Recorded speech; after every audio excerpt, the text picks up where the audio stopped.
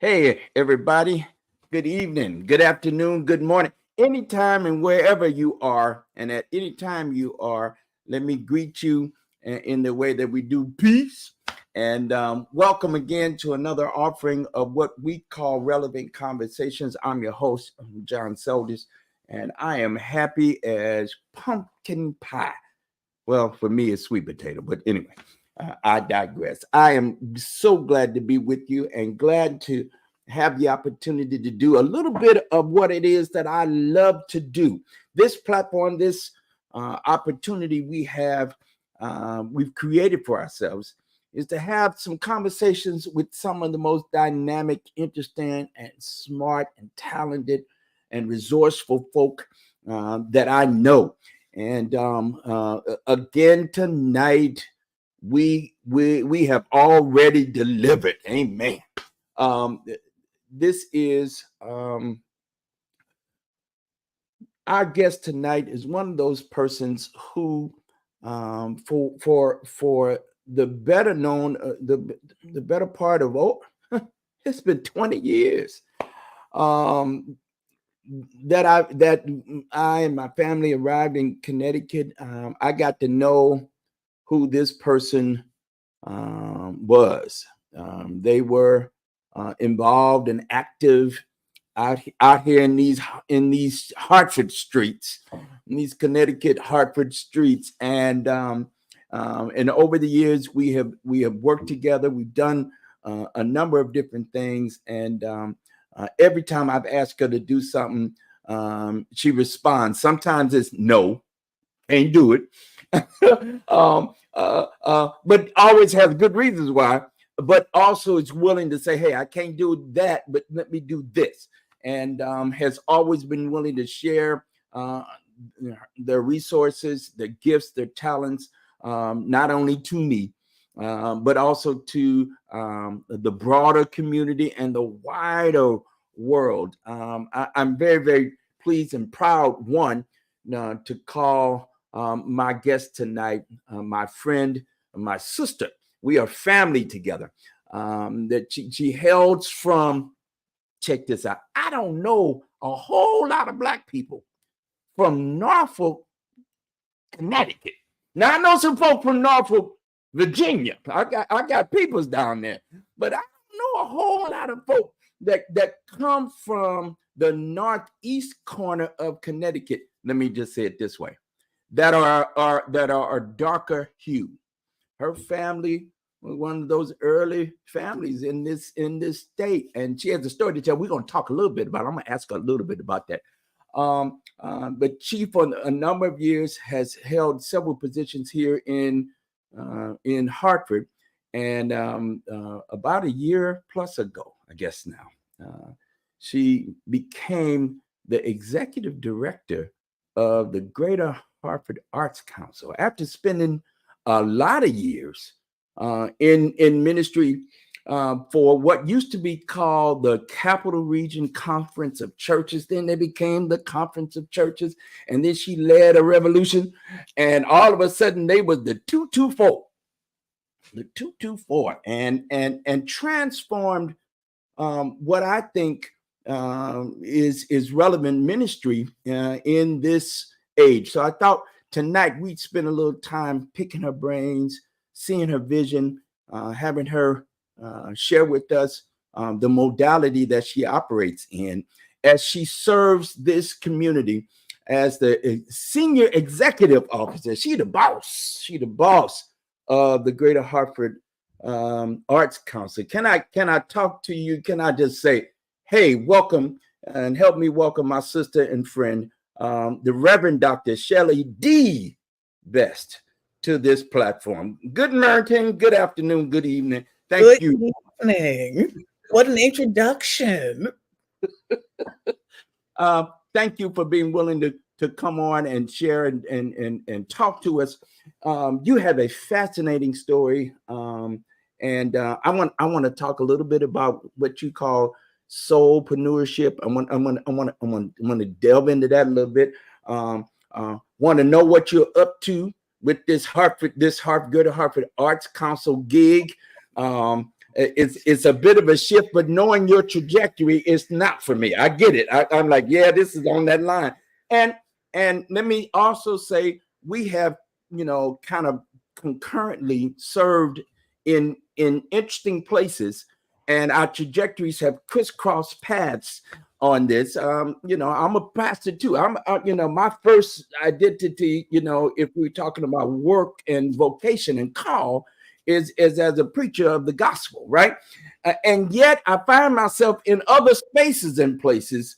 While that being apart, it's not holy, and you too. But actually, I think you were called before you were called to be a preacher, because you were an artist first. I was doing them all. See, this is right. This is so get out of here. We're gonna get started right away. First of all, talk about the place of your coming, and how your family got to Connecticut and up there in them hills. Well, from Norfolk, Connecticut, it's the northwest corner of the state. That's right, northwest. The ice box of Connecticut, they like to say. It's the highest altitude in the state. And so the way my family ended up there was, and I've only recently found out some pieces of this. When you go through the state capitol, there's a picture of a Black man named James Mars. James Mars was like my great-great-great-grandfather. So James Mars came to Connecticut as an enslaved man. They ended up in Norfolk, Connecticut, and this was probably in the early 1800s. And because the laws had changed, the person that owned Mr. Mars wanted to bring him back to North Carolina. James Mars knew his rights, and the people of Norfolk, Connecticut rallied to support him, that he wouldn't be sent back to slavery. So then James Mars decided to settle in Norfolk, Connecticut. And then a few generations later, because I have a school picture from the family of my great great aunt, and that part of the family, and a school picture in Norfolk, Connecticut in the 1800s. And teacher has a little high neck collar. So anyway, that's where the family ended up. They stayed there in Norfolk. And so my grandfather, that was his family connection. My father is first generation West Indian. So first generation from the islands. My grandmother was from St. Kitts, my grandfather from Barbados. And so they came to Harlem and were a part of the James Garvey Back to Africa movement, actually, because we got the bonds and everything from that part of the family. So I'm a mix of West Indian and New England Blackness, which, yes, it's a hard mix, and it didn't work out in my family either, because both sides of the family had different ideas about Blackness. My grandmother being from New England, and I could trace that part of the family to the 1700s in Sheffield, Massachusetts, which at one point in time, Sheffield, Massachusetts had an Indian reservation there as well. So we're Native American as well as African American. And so my grandmother, having been in New England so long, she had this idea that Black people in New England were a higher level Black than Black people from the South or Black people from the islands. Why? Because we had been more colonized. So she thought that was more power, but that's my grandmother's stuff. So I'll stop there. Shut the front door. You don't even know this. I've been involved in some research around Black folk in Connecticut. In fact, I'm a part of a project we've called Hidden Black Connecticut. And we'll talk more about that later. But for those of you who don't know who James Mars is your great-grandfather, did you say? Great-great-grandfather.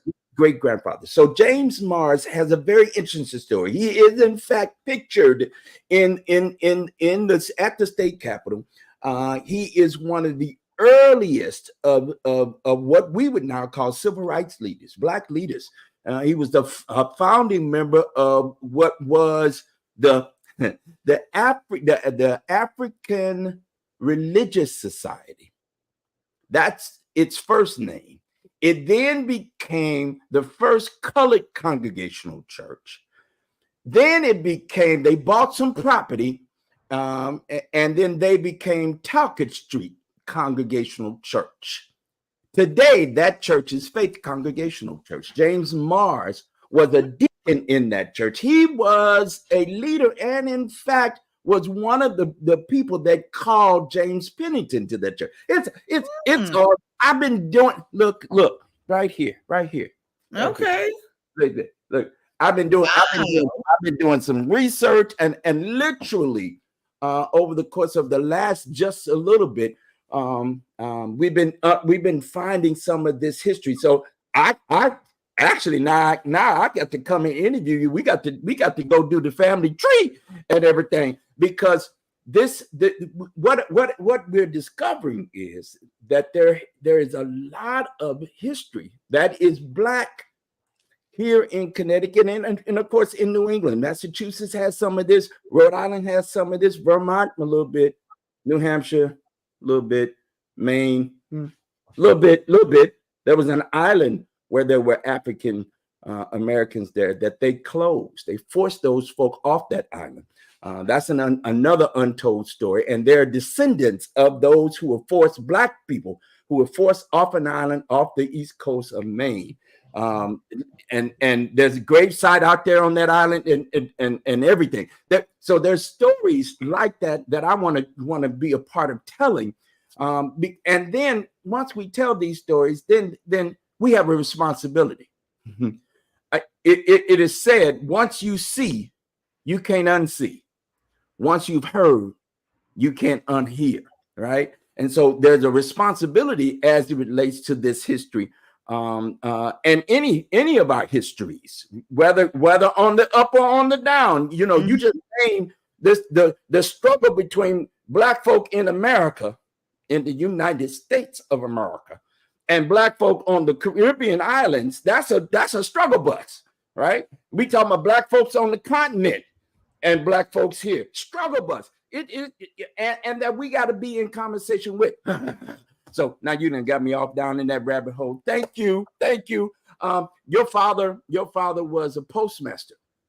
My father was the postmaster in Norfolk, Connecticut, which was, really amazing.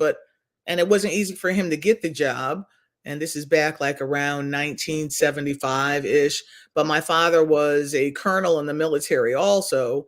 And even though there were other people that wanted the job, of course, of being postmaster, the reason my father had to be selected was because of his military service on top of his score. And so some people didn't like it, but his military service spoke for itself, and he had to be given the job. So that's right. And you went to school there? In Norfolk, Connecticut, yes, it was. But I can say it's like going to prep school. Because, seriously, in my work with the Arts Council now, and having been on the Hartford Board of Education, having grown up in Norfolk, Connecticut, I know what education can be. It's like I had private school education in Norfolk, because from kindergarten on, I always had art teachers, for example. We had art teachers in kindergarten. And then, of course, art teachers, we had music teachers, we had drama teachers. So we always had access, band teachers. We had access to the arts all through my elementary school experience. So from kindergarten on, we're learning art, how to paint watercolors, how to paint with oils, etc., how to eat paste, all those things. And I think about the young people that I know now in Hartford, and it is sinful to me that young people in urban schools don't have art teachers or music teachers or band teachers or dance teachers or theater teachers. In the Hartford school system, it's a random thing. And so we all know that for the creatives among us, in order for you to really be a creative, for you to eventually maybe play at the symphony, you needed to start your music lessons in elementary school. And the way it works with the arts world, we don't see diversity in the arts, but a lot of it has to do with the discrimination within the school system, because you start out in elementary school with your art practice. And then the way it works, let's say you want to one day play violin. Well, you start at 5 and 6 playing violin. Then you might go to violin camp during the summers. That's what happens. The kids that are involved in arts in the suburbs get to go to camps and study special workshops. They're in it their whole time. They might have competitions at an early age in dance and in band and in theater.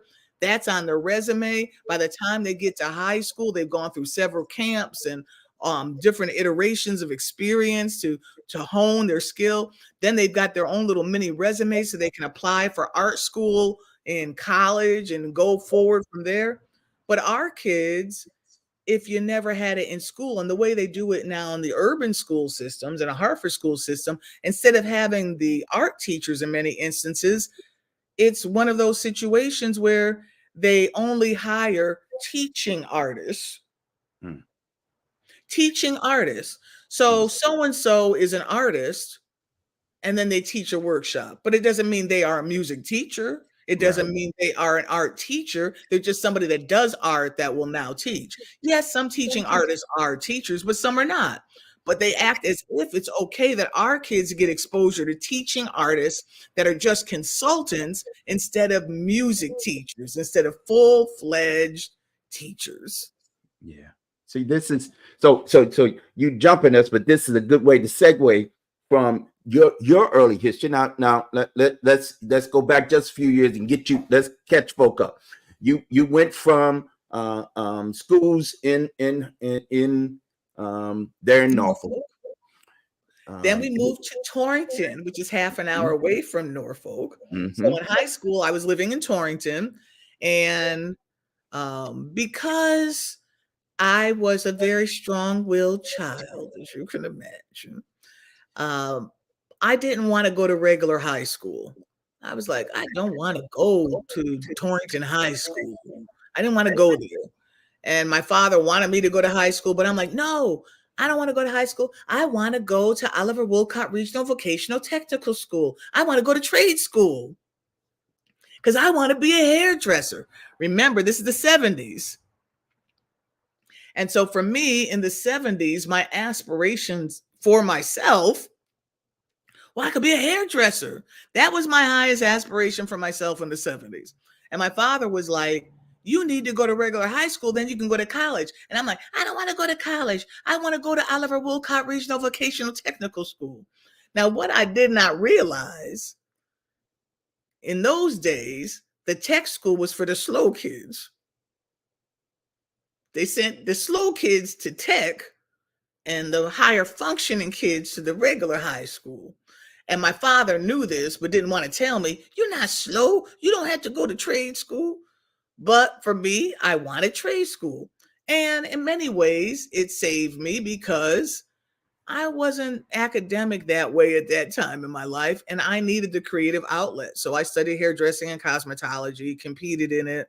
I was second in the state of Connecticut for hairdressing and cosmetology in 1979, especially for pin curl sets. So that was my claim to fame.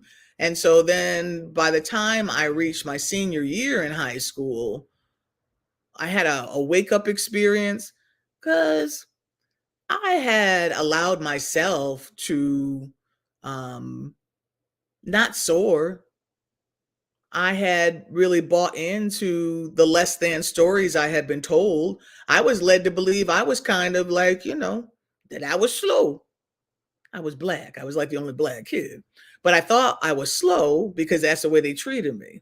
So I thought the best I could do was be a hairdresser. I didn't think I could go to college. And because I had a lot of other issues with trauma growing up, my mother had mental health issues. My father was actually a functional alcoholic. But if you drink a 6-pack every night, that means you're an alcoholic. Dad would go to work every day, but something's wrong. And mom had mental health issues, so I had a lot of trauma growing up.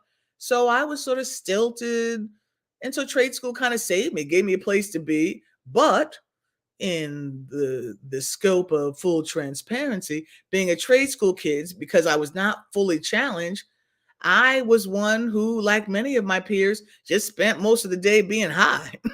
I just stayed high. I stayed high through high school till finally in my junior year, my father was really trying to stop me from getting high, which, not an easy thing. And back in those days, we didn't have rehab. There was no such thing as treatment. So what my father did, because at the point that my father knew I had a problem, I was smoking about 10 joints a day in high school. 10 joints a day and still doing hair and still a top competitor. Thank you very much. So what my father did, because we didn't have rehab in those days, he packed me up and he sent me to Aunt Peggy's house in New York for a summer. So that's what we used to do, send you to somebody else's house. So that he sent me to Aunt Peggy's house. And Aunt Peggy, who I respected and loved, she kept me in the house. So I couldn't leave the house. I had to stay with her. I couldn't get high. So she detoxed me by keeping me in the house for, 2-3 weeks. And by the end of that month of me being with Aunt Peggy, I was straight and I had woken up and I realized I do want more from my life. So when I got home, I realized, oh, I think I want to go to college. So my father, thank you. He was like finally relieved that I wanted something more for myself, but I was a little pothead. I didn't know. So he's like, okay, you want to go to college? And this was like, I woke up wanting to go to college, like it's already in my senior year. So my father, being an industrious kind of person, he was also the leader of a group called Concern in the Northwest Corner, which is dealing with racial issues, racial reconciliation. So my father, through the NAACP and some of his anti-racism work, learned about a man that was in charge of admissions at Central Connecticut State University, Mr. Floyd. And Mr. Floyd was one that you should talk to if you want to try to get into school. So my father brought me to meet with Mr. Floyd. Mr. Floyd admitted me to Central Connecticut State University, and that's how I ended up at Central and became a communications major. Now, you got a degree from Central, correct? I got my bachelor's degree from Central. Then you went on down the street a little bit and got some kind of schooling at the Yales. Well, there was some in between because I started out at Central and got that bachelor's degree. And then, like many people in the mid 80s, I was becoming a little yuppie. I was on the professional track.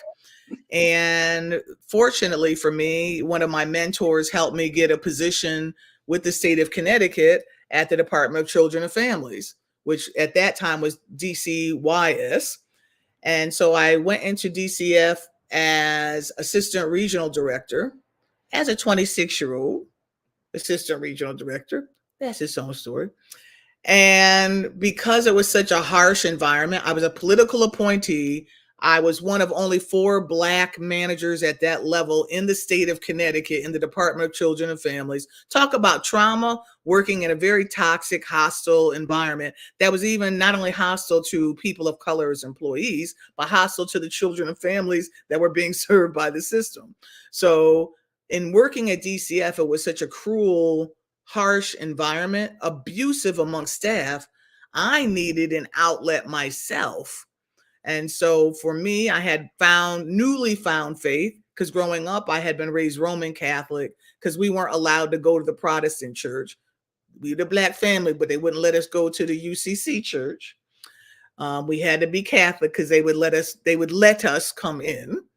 And so because I needed some kind of support, I was at First Baptist Church, which now is First Cathedral, as my sort of spiritual support. But then I decided to go to Hartford Seminary to, have an outlet and have some spiritual food.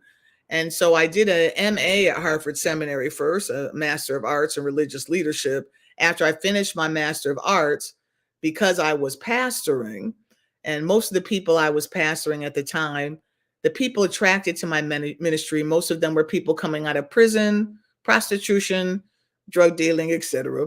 So that was my church. So because most of my people were from the street life, I thought, well, I think I need to go to school and get another degree. So then I would be better helping my members that are prostitutes and drug dealers and gangbangers and stuff. hitmen, killers, etc. So I went to Yale thinking that was going to help me. Yale did not help me with that population. As a matter of fact, I got to Yale and they were like, how do you do it? So, they were asking me about it. So I got the Yale degree. The thing that was good about Yale was for my people, the Yale degree was worth something. Because being a pastor who went to Yale, at least I could have that as another resource to help my people who had so very little. And so that was the benefit of going to Yale Divinity School. And then 20 years later, Yale recognized me as a distinguished alumna. Go figure, 20 years later. Wow. And so here I am now. So when you talk about the Conference of Churches, I served there for 22 years as CEO. And now I've been at the Arts Council for, it'll be 2 years in April.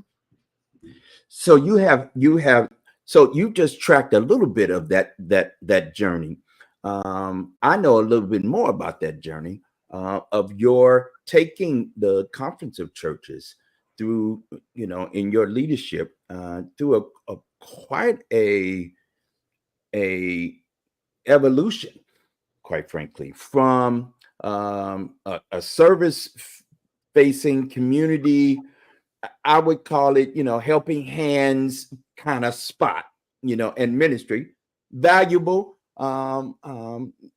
nonetheless, kind of old model, and over time taking that ministry and the ministry trajectory into understanding itself, facing the community, but differently. Using the resources of the ministry, I'll say that, but deploying those resources differently, and functioning not as a do for, pat me on the back, raise money because we do for the lowly folk. To they are valued equal mutual partners in the community, and let's don't do for. Let's stand with. Let's allow, in fact, flourishing to occur while we are just helping to facilitate that flourishing. Could you talk a little bit about that journey for you? Because it is from there that I think you became, you got noticed with this Arts Council gig, right? So let's talk about that trajectory a bit. Well, for the work that we were doing, and Reverend Lydell Brown was there as my director of operations, and now he's the CEO of the Conference of Churches. When we started doing our work at the Conference of Churches, we did come into an old model of ministry.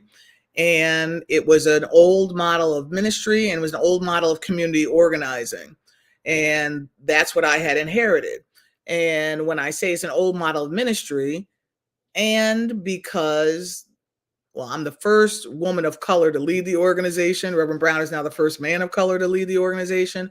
So the style of ministry was through the lens of colonized mindset, through the mindset of, even though it's anti-racist, it's still through the lens of white supremacy. So people can't help where they come from. So the style of ministry was benevolence and not empowerment.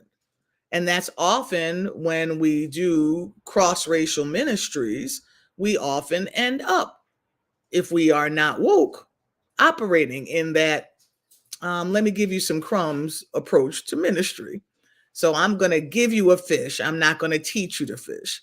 And I believe, and Reverend Brown and I believe strongly, and we come from a liberation theology mindset, not a benevolence mindset.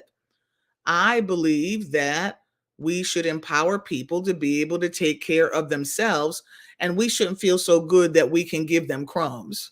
I think that's a bad place to be. We should use our energy to uplift people and give them the tools to uplift themselves, not just feel good because I can pass out a little something every now and then. That's the wrong place to be in ministry. So when we created the 224 Eco Space, it was created with the mindset of acquiring a platform, a building, a 30,000 square foot building, acquiring a platform that we could share with everyone. So everyone gets to share this platform to build their business with it. So people that couldn't afford a dance school, but you can use the studio 10 hours a week, now you can have a dance school using the platform. You want to be a yoga teacher? You can be a yoga teacher using the yoga studio, using the platform. You want to teach theater? You want to do massage therapy? So a variety of trades can happen in the building without you having to own a building or pay overhead. So we, through this model, we're able to help people start businesses with no money. And for a lot of folks, you're just coming out of prison, you don't have money, or you just got the money in your hand. So at the 224 EcoSpace, you can have a dream and start a business with the money in your hand. And if you don't have any money in your hand, we even have a way for you to start your business with no money and no money in your hand by volunteering. You give 10 hours a week as a volunteer, you get XYZ number of hours in space, so you can build your business by volunteering. And so that's what the 224 EcoSpace is about. So that's our way of expressing ministry in another way. And a lot of people in the journey didn't understand. So, Reverend Bess, exactly how is the 224 ministry? Right. Right. Well, I watched it. I watched it from a distance, and of course, not only from a distance. From time to time, you'd invite me to a thing or three, and get to yuck it up a bit. You used the resources of the Conference of Churches to really quite successfully transform what that ministry is to today. It occupies a singular space in what I would call the landscape or the ecosystem of the city, as it relates to ministry. And I would, congratulations to you and now Reverend Brown, as he continues on that work. You the two of you partnered together extremely well, along with the board. I know that took a lot of convincing. That the space that is now the 224 used to be something else. And so it took a lot of convincing and a lot of talking and a lot of visioning, and a lot of dreaming, in order to get people on board to the overall vision. And I would say, in that way, one of the things you did was you began to think about how art and ministry needed to be used in the platform, in this space.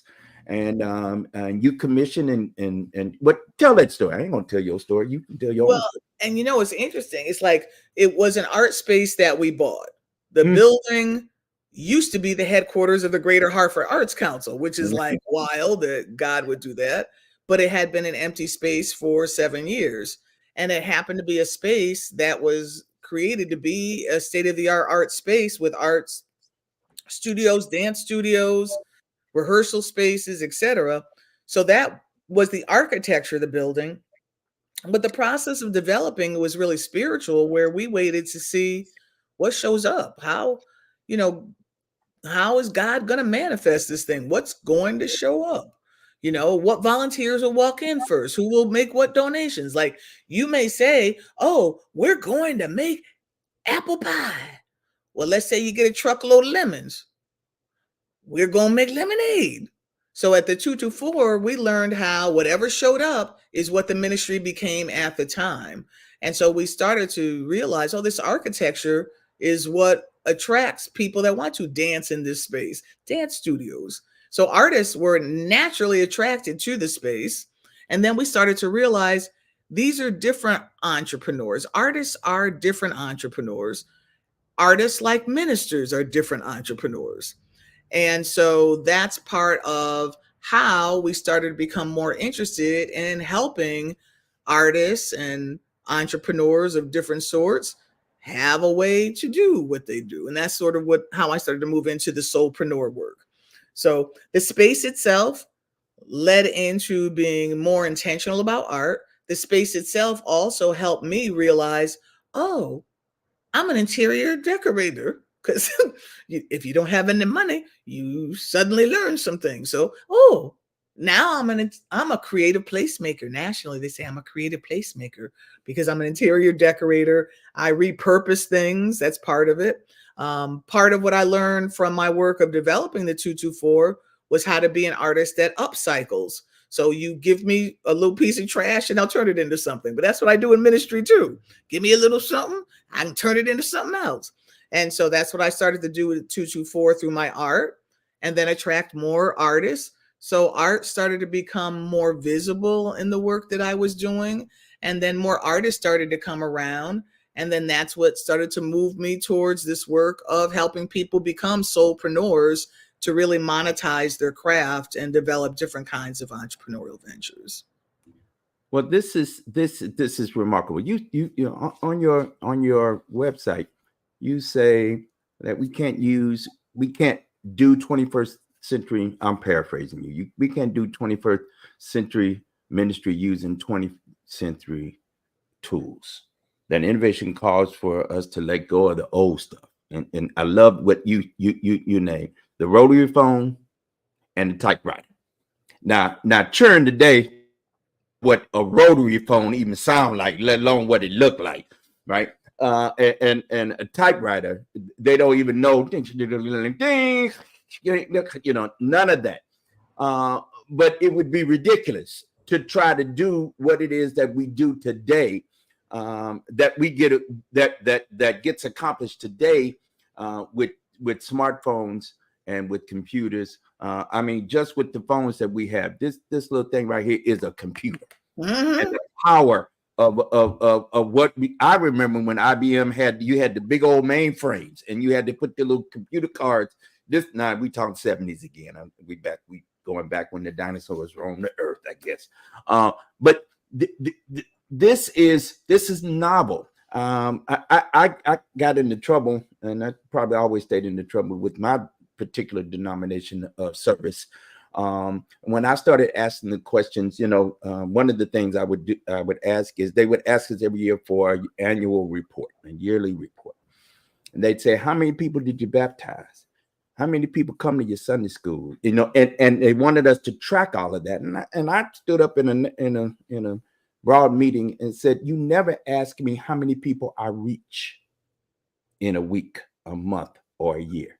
You don't ask me how I'm thinking about ministry in a 21st century context. I didn't know at the time that our ministry began to get planted here in Hartford. We started the church, by the way, and you know that. We planted the church, and I didn't know we would get the planting that we had because we were on cable access television week after week after week. That somehow people watched that. I didn't know. I was actually, what I was doing was practicing. I was practicing the craft, being a creative again, right? But thinking ahead, thinking that we need to understand visual. Little did I know this would be for several years the way we do ministry. We zoomed it up, all right. So it hastens me on to ask the question, like you're asking, how do we take what it is that we do? Now, you went from the 224 and this creative ministry context, and got a tap on the shoulder to leave what you were prior to. Didn't know much about the Arts Council. I mean, you knew, a little bit, but you would be tapped to say, hey, your thinking and your innovative approach is what arts making, grant making, and servicing needs. It needs you and that kind of innovation. Could you talk about the transition from the 224 and that kind of work into the ministry that you're now currently in, and what it looks like today? Well, I never would have thought I would be someplace other than the 224. I thought that was it. I'm just going to transition through this. During the pandemic, I had started doing some work with the Hartford Foundation for Public Giving as they were developing a special part of their work called Artists of Color Unite, because they had completed a landscape study that showed that there is a tremendous gap in the employment of creatives of color. And so they wanted to address that disparity. And so that's why they created Artists of Color Unite. At first, the artists that were selected were going to be meeting at the 224 Eco Space. And so we were going to be the host, and the pandemic hit and nobody was meeting anywhere. And so at the time, everything shut down, including the 224. So I just happened to say to the foundation people, well, I know we can't host. Can I just hang out with you all and kind of see what's, you're doing? And sure, Shelley, hang out with us. So I, hung out with them, participated in the process. And one of the things they were talking about was the need for a new CEO for the Greater Hartford Arts Council. The former CEO was Governor Malloy's wife, Kathy Malloy, and they were no longer in office. And there was a need for a new CEO. And also, the report was that the Arts Council, like many organizations in the midst of wokeness, was not as woke as it needed to be. And so, like many organizations, people wanted to hear, what is your DEI statement? What is your commitment to diversity? And so at the time, the Arts Council they had their feet to the fire that they had to do something different. So through the Hartford Foundation, the job position was shared, and I read the description, and I remember reading it. I never would have read that job description if I wasn't on that committee. I would have heard new CEO wanted at the Arts Council, and I just would have just gone on about my business. But because I was on the committee, I read the search requests, and as I was reading what the CEO would do, it wasn't a case of, oh, I could do this, oh, I could do that. It's like, oh, I've done this, I've done that, I've done this, oh, I had done all of the things that they had asked for, but because I was at the 224 and at the Conference of Churches, it was me just doing ministry. I didn't know this was high-level arts work that I was doing. Oh, I didn't realize that. That's what I am. Oh, okay. And so I applied. There was about 100 people that applied from around the country. They brought it down to 19 people, and then I was the one that they selected to be the CEO of the Arts Council. What was it like going in? Cold. It was cold going in there. Cold. Because the good news is I had a great board of directors. And I have to admit, my board chair, I mean, he is fire and he is committed and he's always been supportive of me. And, learning how to lead a different way, learning how to lead and partner with a woman of color leading the organization. But he's very much in tune and he's been growing that way. So have the other members of the board. And when I took leadership, I had inherited an organization of people that had been working virtually from home for 2 years. So needless to say, we had to diversify the staff. We have all new staff now. There's one person from the original team, and we have all new staff. And now the Greater Hartford Arts Council is majority BIPOC. And we are focused right now on a campaign called Hartford Creates, where we put about $1 million into the Hartford arts ecosystem each year in public art, in funding arts organizations. And for the first time in the history of the Greater Hartford Arts Council, we now fund artists directly. So this year we funded about 1,000 artists, which has never happened in the history of the Greater Hartford Arts Council. Yeah. If you've not been to Hartford recently, you should just take a trip here because all over the city, you will see evidence of this campaign. You will see these public art murals and all kinds of stuff. I saw over by Trinity College, which is another space for me. Did I think when I was coming along I was going to be a dean at a boutique in New England private school? No, but ministry calls us into these spaces and places. And I am fulfilling what it was that I believe I was called to long time ago. In the same way, you're fulfilling that same burst of creativeness that I believe that was divinely inspired and touched, coupled with what it is that God has given us to do with our hands and with our feet and with our minds and our bodies. In fact, it's for me. I'm gonna be a little preachy. Sorry. It is what God asked Moses. What's in your hand? From the burning bush. Y'all, those of you know that story. it's a staff. He said, throw this staff down. And the staff did some things. And all of a sudden, the lesson was learned from by Moses from God's self, that what's in my hands, God would use to help to create and forward the message. It got very clear that God was calling Moses to lead the peoples. And in many instances and in many ways, what you've used in your hand, what was at your disposal, you used that, you were available to that, and in fact moving the dime along. I giggle every time I see a mural. I don't care if you wasn't involved with it. It's gonna be credited to you now and to the Greater Hartford Arts Council, because what you've now spurred, and other cities have done, right? That what it is now taking place in spaces that would have been trashed, that would not have gotten a look-see, other than that's where that is. Now all of a sudden there's something beautiful there. There's something remarkable there. There's something to stop and take a minute.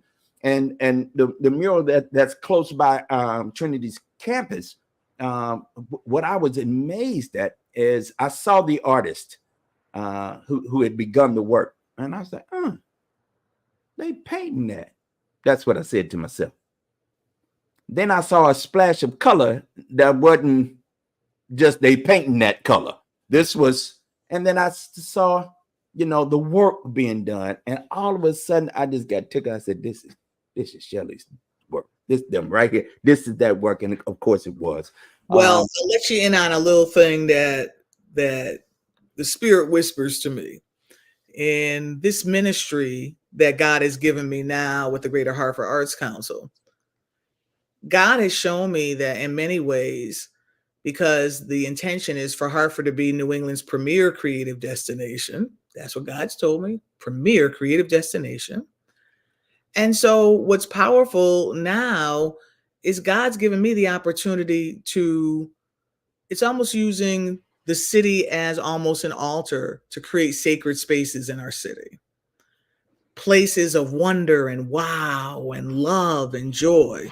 These are little altars to me in many ways, little sacred spaces that are being created. So to me, it's a great joy when I'm coming into Hartford and just underneath that bridge and you see Anthony Griffin's image with the little halo. Come on now. It's not an accident. He's blessing the city. A Muslim man is blessing the city of Hartford. So I love these little things that are going up that I've got permission to do. This is what I'm talking about. It is, and you are absolutely right. All of a sudden, what one of the projects we did some cleaning up around the campus through a project and a program that we initiated with the first year students. Well, we got rained out, but in the midst of that conversation, another group had come along to tag on to that, and they were going to do just one piece of work, the mural down the way from us. And so they in fact got the opportunity. We got rained out in the morning, but the afternoon they was able to go down there and do some weeding and do some cleaning up around there. And now the space again has this sacred space. And now we feel some kind of responsibility. Now that we done got some help to hold it up, to clean it up, we're gonna hold it up. And so I believe that's what sacred space actually calls for us to do. Actually, it calls us into both a reflective space, but also it calls us into greater community, that we're not only in isolation, right? And we got to work on that here in New England, because that's a thing. Folk want to do their own thing. Community mean me. That's it. And in fact, it's not. It's what we have in common union or unity, right? That's community. So what it with, just not me, but me and you and then them and they. And how we do that, how we mind that, and it's spiritual, which can be religious too, but it's a deeply spiritual call. And the arts is no better place to do it. You know, the folk that don't know me, then, you know, some folk know I'm a musician, and I grew up, you know, I'm the grandson of a piano player. And so I play the piano. I'm the grandson of a preacher. I do that too. I have the family business in ways. So it is that which allows me to enter the space. And in fact, it calls me today. It helps me, it helps me to understand the world as I think about what I've taken from the art, you know, from learning how to play, and then exercising that art within the context of community, learning how to use that art and to be used of the divine, to have both a extraordinary sense of how you move. Learn that in church. You do learn that you learn that in spiritual community, but then how that then transitions into larger spaces. I learned how to do all of it within the context of using the art as at least one modality and the tool that has sown multiple seeds of growth and learning in both my life, but I see it all over the place in dozens and dozens and dozens of others who are in those creative. You know, I like to call it now, I'm a creative. I would have never said that back in the day. I'd just say I'm a musician. You know, I'm a piano plunker. But today I understand that I'm a creative. But it's the same root. It's the same taproot. Talk a little bit about what you see as the future. What's the trajectory? Where are we going with this? Where are we going? Where am I going? Where are they going? All of it. All of it. So I would say for me, because I'm also a pastor of a church, I'm the pastor of a church called Redeemer's Amy Zion Church in Plainville. And I'm doing the same thing in Plainville, which is creative placemaking, creating a new church within the walls of an old church. And I think that's really where all of us need to be when it comes to ministry and Christianity today, because the pandemic has opened up the opportunity to do some new things and the opportunity to let go of some things. And for 3 years of the pandemic, we as a church existed on Zoom. Now, what's interesting about that is prior to the 3 years we spent on Zoom, I was doing a little thing called Bible Study to Go. And so I have been doing that for about 3 years. And when I started Bible Study to Go, which was a half-hour Bible study at 12 noon on Wednesdays, I'm using Facebook Live. People were like, "You teaching Bible study online like that?" Well, everybody ended up online like that. So when you say, where are we going? I think there's a few things to consider. One, where we're going in ministry today is technology is going to be our friend, our partner, and a part of the process. And so using different tools of communication, engagement, and connection are going to be key for the future. And it's not about connecting with people the way we want to connect with them. It's connecting with people the way they want to be connected with. And when it comes to modern people today, especially like I'm 60, okay? I got to keep remembering. Oh, no, excuse me. I'm 61. I just turned 61. I'm 61. But people that are of a younger generation than me, because I'm probably an outlier as a 61-year-old, but I'd say 31-year-olds, how do they want to be communicated with? They don't want a letter in the mail, and they don't want your newsletter. They want you to send them a text. They want it quick and effective, get to the point. They don't even want an email from you. And maybe if you really want to tell them something, they don't want a letter. They might take it as a video. You'll get more out of them if you send them a 4-minute video than if you send them a 10-page report. And so we are at the place where we need to communicate with people, and ministers, we communicate, we're messengers. So how do people want the message? How they want the message is using technology. Case in point, here at Redeemers, I have a minister of young adults that's here who, you know, has all that young adult flair. So she decided we were going to do a TikTok video, right? So we got our little dance routine. I ain't very dancey, but I got my little moves in. We did it. Had our little moves, did our TikTok video, got the trustee person in there, put his lawnmower in. We on there. We done gone viral. We've got our video now. So I shared my TikTok video with some of my other pastor friends. And I had one of my pastor friends says, with a little kiki, he says, you know, we're not supposed to be dancing. The discipline says we're not supposed to dance. So what I was doing, I was casting the net to some of my colleagues in ministry to say, hey, we did a TikTok. Y'all should do a TikTok too. Show your church. No, they don't want to do that because, you know, we really shouldn't be dancing. And what about the lyrics of the song? Everybody is singing this song right now. So even when they're not in church, they're not singing. They might be singing it in church too. So where are we going? I think we have to really start communicating to people based on how they want to be communicated with and deliver ministry in a way based on how people want to receive ministry. The other thing that I say is for people that are involved in ministry, we all have to start looking at a different approach to livelihood in ministry. In other words, we need to start being tent makers and not people that are in the business to exploit the people we're called to serve. I made a commitment to the poor in ministry, not because that's my heart, but I'm not committed to the poor because I want to take all their money for me to drive around in a Bentley. So that's for me. Some other people, I have other ministries where they treat resources in a different way than I do. But for me, in my authentic ministry, I've got to stay in a place where I can stay grounded, down to earth, and in touch with people. So I believe in ministry, it's good to have your own resources. So you're not preaching a message based on whether or not you're going to lose members, but whether or not God is pleased with you.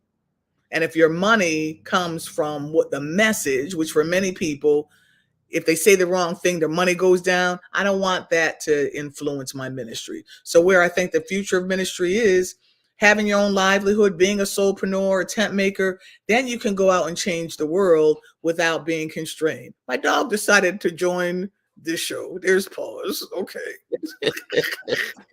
Well, you are naming what I think we who are in ministry are going to have to reckon with. The fact of business is the people that used to come in person pre-pandemic, all of them ain't coming back. Right. And you ain't got to believe me. Go to everybody's church, anybody's faith community. My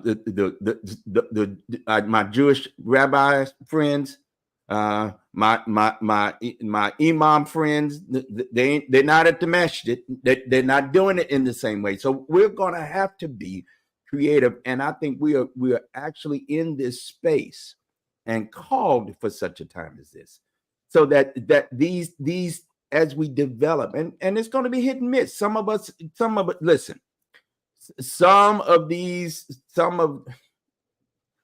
online presentations that I see, they're not going to be like the Potter's House. They don't have the resources of the Potter's House to do it, right? So it's going, and they're going to sound the same, and they're going, amen. Find how you do it, right? Find what's authentic for your community. What I'm blessed with, and we have a small, many of our congregations are small here in Connecticut, in New England. We don't have big churches. Well, brother, the national average for churches is 50 people. 50. Oh, how about that? That's the national average. So nobody has a big, most people don't have any more than 50. That's right. Don't feel bad about it. Do good with your 10, 20, your 30, your 40. That's right. And mine with my folk. And so what we do is we provide what I believe is relevant ministry for those who are gathered among us. It's much like what the early church was. If you want to be true about it, they went from house to house doing table fellowship, and we have come to learn, and that's how the church grew. And that growth happened in Africa first before it ever went to Europe. Amen. I ain't gonna preach that. I'm gonna leave that alone. Unspoken. Watch the documentary Unspoken. See it, and I appreciate very much what you are gifting to us here locally, and really the model that it is proving to be, and as you share forth, and hey, this is how we're thinking about it. This is what we're doing. I believe what you are representing, and then what is being replicated in the streets of Hartford, for example, is providing some lifting.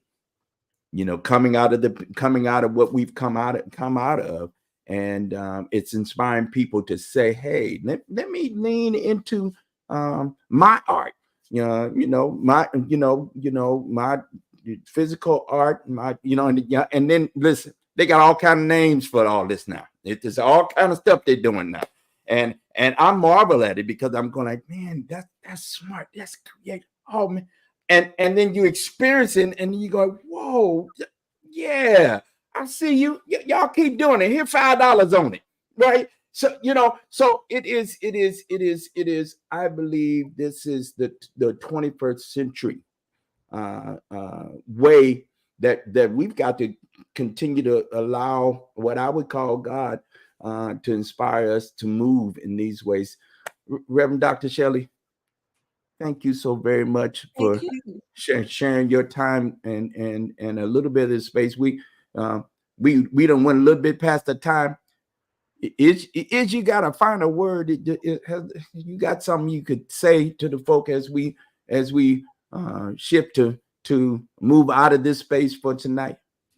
I would say the main thing is, I love being involved in the arts because it is about being involved in creativity, and I serve the creator. And so creativity is a spiritual practice. And so I say to everyone, find a way to fulfill your purpose. Find a practice that allows you to express your being, your identity. Share that with the world, because more people do want to know different parts of you. Find your art form, a way of expression.